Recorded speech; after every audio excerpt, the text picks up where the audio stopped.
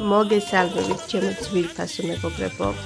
წვნიანების სეზონს გახსნილად ვაცხადებ და დღეს მოგიტანეთ ბორშის წვნიანი.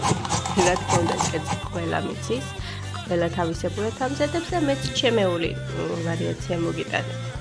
აი ესე დავჭერი 2 მოზრდილი თავი ხახვი, დახეხილი სტაფილო, დახეხილი ჭარხალი მოვიტოვე რა თქმა უნდა, ეს ყველაფერი ესე კარგად მოვშუშე.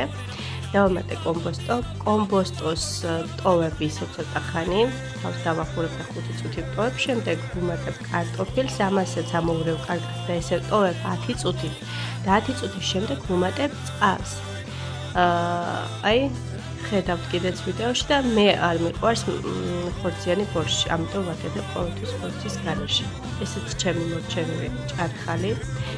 ეს უკვე მზაობამდე 5 წუთით ადრე ვუმატებ ჭარხალს და მწვანილს, წიწაკას, მარილს და ჩვენი ხასხასა კვასკვასა წითელი და გემრიელი ბორშიც მზად არის.